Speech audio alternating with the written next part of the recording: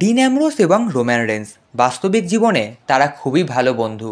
যেমন ছিল dean অ্যামব্রোসের wrestling skill, তেমনই ছিল তার miking skill.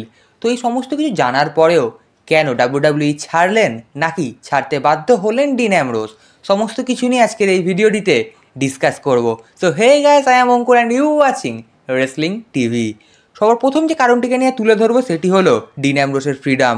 Roman Reigns, Seth Rollins এবং ডিন অ্যামব্রোস নিজেও কথা জানিয়েছেন যে ডাব্লিউডাব্লিউইতে ডিন অ্যামব্রোসের স্বাধীনতা কেড়ে নেওয়া হয়েছিল। অর্থাৎ ডিন অ্যামব্রোস এমন একজন রেসলার যিনি কিন্তু টাকার বিনিময়ে নয়, বরং তিনি স্বাধীনতার জন্য খেলতে চান।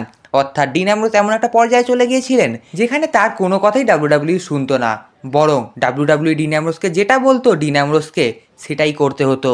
ডিন অ্যামব্রোসকে ডাব্লিউডাব্লিউ যেরকম স্টোরি লাইনে নিয়ে যেতে চাইতো, ডিন অ্যামব্রোসকে বাধ্য হয়ে সেই স্টোরি লাইনে অংশগ্রহণ করতে হতো। তো ডেড মেলজার এই নিয়ে একটি মতামত পেশ করেছেন, সেখানে তিনি বলেছেন ডিন অ্যামব্রোস খুবই বুদ্ধিমান একজন রেসলার, তাই জন্যই কিন্তু তিনি সময় থাকতে থাকতে এবং নিজের কেরিয়ার বাঁচানোর জন্য ডাব্লিউডাব্লিউই ত্যাগ করেন। নাম্বার 2 নম্বর আমাদের লিস্টে যে কারণটি রয়েছে সেটি হলো রোম্যান রেন্সের লিউকোমিয়া। আপনারা সকলেই জানেন যে রোম্যান রেন্স যখন লিউকোমিয়া আক্রান্ত ছিলেন, সেই সময় ডিন অ্যামব্রোস এবং সেথ রোলিন্স বলেছিলেন যে রোম্যান রেন্সকে যেন স্টেজে না নিয়ে যাওয়া হয়, কারণ রোম্যান রেন্সের লিউকোমিয়াটা সবার সামনে এলে পরবর্তীকালে যখন রোম্যান রেন্স রিটার্ন করবে তখন রোম্যান রেন্সের ফ্যান ফলোয়িং কিছুটা চাইলে কমেও যেতে পারে। তো রোম্যান রেন্সও এই কথার সঙ্গে সহমত পেশ করেছিলেন, কিন্তু ডাব্লিউডাব্লিউ কোম্পানি এটা কখনোই চায়নি, বরং তারা কিন্তু রোম্যান রেন্সকে দিয়ে ডাব্লিউডাব্লিউ এর বীরত্ব, ডাব্লিউডাব্লিউ ভিন্স ম্যাকম্যান কী কী করেছে রোম্যান রেন্সের সাথে, এই সমস্ত কিছু বলার জন্য রোম্যান রেন্সকে স্টেজে পাঠালেন।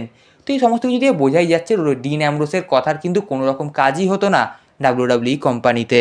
নাম্বার 3 নম্বরে যে কথাটি বলবো সেটি হলো রোম্যান রেন্সের পুশ।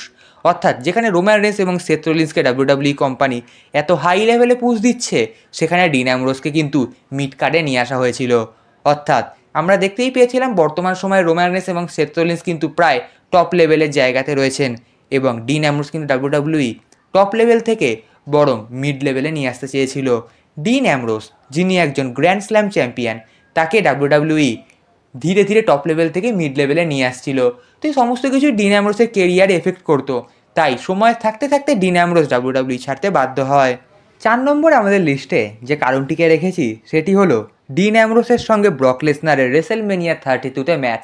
অর্থাৎ আমরা জানি ব্রক লেসনার সেই পর্যায়ে কীরকম একজন হিল লেভেলের রেসলার ছিল, এবং ডিন অ্যামব্রোস ছিল একজন ফেস রেসলার।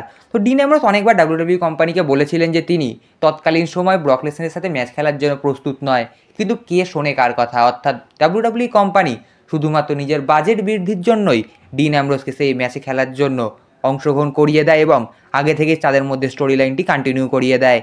তো এর থেকে বোঝাই যাচ্ছে ডিন অ্যামব্রোসের কথা ডাব্লিউডাব্লিউ শুনতোই না।